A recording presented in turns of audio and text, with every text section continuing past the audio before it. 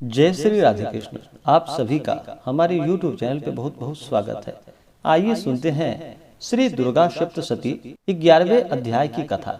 इस अध्याय में देवताओं द्वारा देवी की स्तुति तथा देवी द्वारा देवताओं को वरदान देने का वर्णन किया गया है। तो आइए सबसे पहले माता का ध्यान करते हैं, उसके बाद फिर हिंदी में कथा को श्रवण करेंगे। ओम बालर विद्युतिमिन्दु किरीटाम तुंग कुचाम नयनत्रययुक्ताम अस्मेरमुखीं वरदांकुश पाशा भीतिकरां प्रभजे भुवनेशीम्। ओम श्री दुर्गा देव्यै नमः। तो बोलिए प्रेम से दुर्गा माता की जय। मैं भुवनेश्वरी देवी का ध्यान करता हूँ। उनके श्री अंगों की आभा प्रभात काल के सूर्य के समान है और मस्तक पर चंद्रमा का मुकुट है। वे उभरे हुए स्तनों और 3 नेत्रों से युक्त हैं। उनके मुख पर मुस्कान की छटा छाई रहती है और हाथों में वरद, अंकुश, पाश एवं अभय मुद्रा शोभा पाते हैं।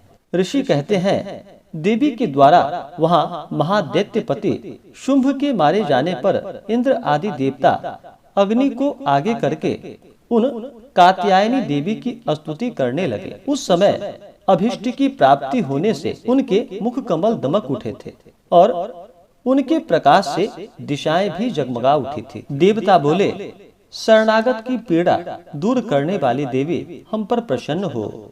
संपूर्ण जगत की माता प्रसन्न हो। विश्वेश्वरी, विश्व की रक्षा करो। देवी, तुम ही चराचर जगत की अधीश्वरी हो। तुम इस जगत का एकमात्र आधार हो, क्योंकि पृथ्वी रूप में तुम्हारी ही स्थिति है। देवी, तुम्हारा पराक्रम अलंघनीय है। तुम ही जल रूप में स्थित होकर संपूर्ण जगत को तृप्त करती हो। तुम अनंत बल संपन्न वैष्णवी शक्ति हो। इस विश्व की कारणभूता परामाया हो। देवी, तुमने इस समस्त जगत को मोहित कर रखा है। तुम ही प्रसन्न होने पर इस पृथ्वी पर मोक्ष की प्राप्ति करती हो। देवी, संपूर्ण विद्याएं तुम्हारे ही भिन्न भिन्न स्वरूप हैं। जगत में जितनी स्त्रियां हैं वे सब तुम्हारी ही मूर्तियां हैं। जगदम्ब, एकमात्र तुमने ही इस विश्व को व्याप्त कर रखा है। तुम्हारी स्तुति क्या हो सकती है। तुम तो स्तवन करने योग्य पदार्थों से परे एवं परावाणी हो। जब तुम सर्वस्वरूपा देवी स्वर्ग तथा मोक्ष प्रदान करने वाली हो, तब इसी रूप में तुम्हारी स्तुति हो गई। तुम्हारी स्तुति के लिए इससे अच्छी उक्तियां और क्या हो सकती है। बुद्धि रूप से सब लोगों के हृदय में विराजमान रहने वाली तथा स्वर्ग एवं मोक्ष प्रदान करने वाली नारायणी देवी, तुम्हें नमस्कार है। कला, काष्ठा आदि रूप से क्रमशः परिणाम अवस्था परिवर्तन की ओर ले जाने वाली तथा विश्व का उपसंहार करने में समर्थ नारायणी हो, तुम्हें नमस्कार है। नारायणी देवी, तुम सब प्रकार का मंगल प्रदान करने वाली मंगलमयी हो। कल्याणदायिनी शिवा हो। सब पुरुषार्थों को सिद्ध करने वाली शरणागत वत्सला, 3 नेत्रों वाली एवं गौरी हो, तुम्हें नमस्कार है। तुम सृष्टि, पालन और संहारकार की शक्तिभूता सनातनी देवी, गुणों का आधार तथा सर्वगुणमयी हो। नारायणी, तुम्हें नमस्कार है। शरण में आए हुए दीनों एवं पीड़िताओं की रक्षा में संलग्न रहने वाली तथा सबकी पीड़ा दूर करने वाली नारायणी देवी हो। नारायणी देवी, तुम्हें नमस्कार है। नारायणी, तुम ब्रह्माणी का रूप धारण करके हंसों से जुते हुए विमान पर बैठती तथा कुश मिश्रित जल छिड़कती रहती हो, तुम्हें नमस्कार है। माहेश्वरी रूप से त्रिशूल, चंद्रमा एवं सर्प का धारण करने वाली तथा महान वृषभ की पीठ पर बैठने वाली नारायणी देवी, तुम्हें नमस्कार है। मोरों और मुर्गों से घिरी रहने वाली तथा महाशक्ति धारण करने वाली कौमारी रूप धारिणी निष्पाने नारायणी, तुम्हें नमस्कार है। शंख, चक्र, गदा और शांग धनुष रूप उत्तम आयुधों को धारण करने वाली वैष्णवी शक्ति रूपा नारायणी, तुम प्रसन्न हो, तुम्हें नमस्कार है। हाथ में भयानक महाचक्र लिए और दाढ़ों पर धरती को उठाए वाराहिनी रूप धारिणी कल्याणमयी नारायणी तुम्हें नमस्कार है। भयंकर नृसिंह रूप से दैत्यों के वध के लिए उद्योग करने वाली तथा त्रिभुवन की रक्षा में संलग्न रहने वाली नारायणी तुम्हें नमस्कार है। मस्तक पर किरीट और हाथों में महावज्र धारण करने वाली, सहस्त्र नेत्रों के कारण उद्दीप्त दिखाई देने वाली तथा वृतासुर के प्राणों का अपहरण करने वाली इंद्र शक्ति रूपा नारायणी देवी तुम्हें नमस्कार है। शिवदूती रूप से दैत्यों की महती सेना का संहार करने वाली, भयंकर रूप धारण तथा विकट गर्जना करने वाली नारायणी तुम्हें नमस्कार है। दाढ़ों के कारण विकराल मुख वाली, मुंडमाला से विभूषित मुंडमर्दिनी चामुंडा रूपा नारायणी तुम्हें नमस्कार है। लक्ष्मी, लज्जा, महाविद्या, श्रद्धा, पुष्टि, स्वधा, ध्रुवा, महारात्रि तथा महा अविद्या रूपा नारायणी तुम्हें नमस्कार है। मेधा, सरस्वती, वरा, श्रेष्ठा, भूति, ईश्वरी रूपा बाभ्रवी, भूरे रंग की अथवा पार्वती, तामसी, महाकाली, नियता, संयम परायणा तथा ईशा, सबकी अधीश्वरी रूपिणी नारायणी तुम्हें नमस्कार है। सर्वस्वरूपा, सर्वेश्वरी तथा सब प्रकार की शक्तियों से संपन्न दिव्य रूपा दुर्गे देवी, सब भयों से हमारी रक्षा करो तुम्हें नमस्कार है। कात्यायनी, यह तीन लोचनों से विभूषित तुम्हारा सौम्य मुख सब प्रकार के भयों से हमारी रक्षा करे तुम्हें नमस्कार है। भद्रकाली, ज्वालाओं के कारण विकराल प्रतीत होने वाला, अत्यंत भयंकर और समस्त असुरों का संहार करने वाला तुम्हारा त्रिशूल भय से हमें बचाए तुम्हें नमस्कार है। देवी, जो अपनी ध्वनि से संपूर्ण जगत को व्याप्त करके दैत्यों के तेज नष्ट किए देता है, वह तुम्हारा घंटा हम लोगों की पापों से उस प्रकार रक्षा करे जैसे माता अपने पुत्रों की बुरे कर्मों से रक्षा करती है। चंडिके, तुम्हारे हाथों में सुशोभित खड्ग जो असुरों के रक्त और चर्बी से चर्चित है, हमारा मंगल करे हम तुम्हें नमस्कार करते हैं। देवी, तुम प्रसन्न होने पर सब रोगों को नष्ट कर देती हो और कुपित होने पर मनोवांछित सभी कामनाओं का नाश कर देती हो। जो लोग तुम्हारी शरण में जा चुके हैं उन पर विपत्ति तो आती ही नहीं। तुम्हारी शरण में गए हुए मनुष्य दूसरों को शरण देने वाले हो जाते हैं।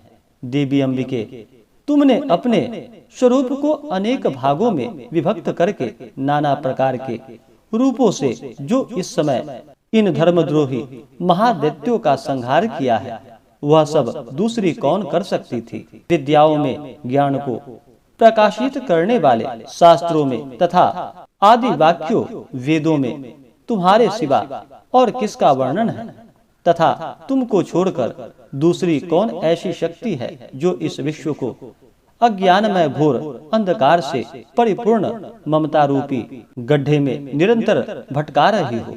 जहाँ राक्षस, जहाँ भयंकर विष वाले सर्प, जहाँ शत्रु, जहाँ लुटेरों की सेना और जहाँ दावानल हो, वहाँ तथा समुद्र के बीच में भी साथ रहकर तुम विश्व की रक्षा करती हो। विश्वेश्वरी, तुम विश्व का पालन करती हो, विश्व रूपा हो, इसलिए संपूर्ण विश्व को धारण करती हो।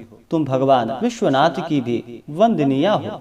जो लोग भक्ति पूर्वक तुम्हारे सामने मस्तक झुकाते हैं, वे संपूर्ण विश्व को आश्रय देने वाले होते हैं। देवी, प्रसन्न हो। जैसे इस समय असुरों का वध करके तुमने शीघ्र ही हमारी रक्षा की है, उसी प्रकार सदा हमें शत्रुओं के भय से बचाओ। संपूर्ण जगत का पाप नष्ट कर दो और उत्पात एवं पापों के फल स्वरूप प्राप्त होने वाले महामारी आदि बड़े बड़े उपद्रवों को शीघ्र दूर करो। विश्व की पीड़ा दूर करने वाली देवी, हम तुम्हारे चरणों पर पड़े हुए हैं, हम पर प्रसन्न हो। त्रिलोक निवासियों की पूजनीय परमेश्वरी, सब लोगों को वरदान दो। देवी बोली, देवताओं, मैं वर देने को तैयार हूँ। तुम्हारे मन में जिसकी इच्छा हो वह वर मांग लो। संसार के लिए उस उपकारक वर को मैं अवश्य दूंगी। देवता बोले, सर्वेश्वरी, तुम इसी प्रकार तीनों लोकों की समस्त बाधाओं को शांत करो और हमारे शत्रुओं का नाश करती रहो। देवी बोली, देवताओं, वैवस्वत मनमंत्र के 28वें युग में शुंभ और निशुंभ नाम के 2 अन्य महादैत्य उत्पन्न होंगे। तब मैं नंद गोप के घर में उनकी पत्नी यशोदा के गर्भ से अवतीर्ण हो विंध्याचल में जाकर रहूंगी और उक्त दोनों असुरों का नाश करूंगी। फिर अत्यंत भयंकर रूप से पृथ्वी पर अवतार ले मैं वे प्रचित नाम वाले दानवों का वध करूंगी। उन भयंकर महादैत्यों को भक्षण करते समय मेरे दांत अनार के फूलों की भांति लाल हो जाएंगे। तब स्वर्ग में देवता और मृत्युलोक में मनुष्य सदा मेरी स्तुति करते हुए मुझे रक्तदंतिका कहेंगे। फिर जब पृथ्वी पर 100 वर्षों के लिए वर्षा रुक जाएगी और पापी का अभाव हो जाएगा, उस समय मुनियों के स्तवन करने पर मैं पृथ्वी पर अयोनिजा रूप में प्रकट हो जाऊंगी और 100 नेत्रों से मुनियों को देखूंगी। अतः मनुष्य शताक्षी इस नाम से मेरा कीर्तन करेंगे।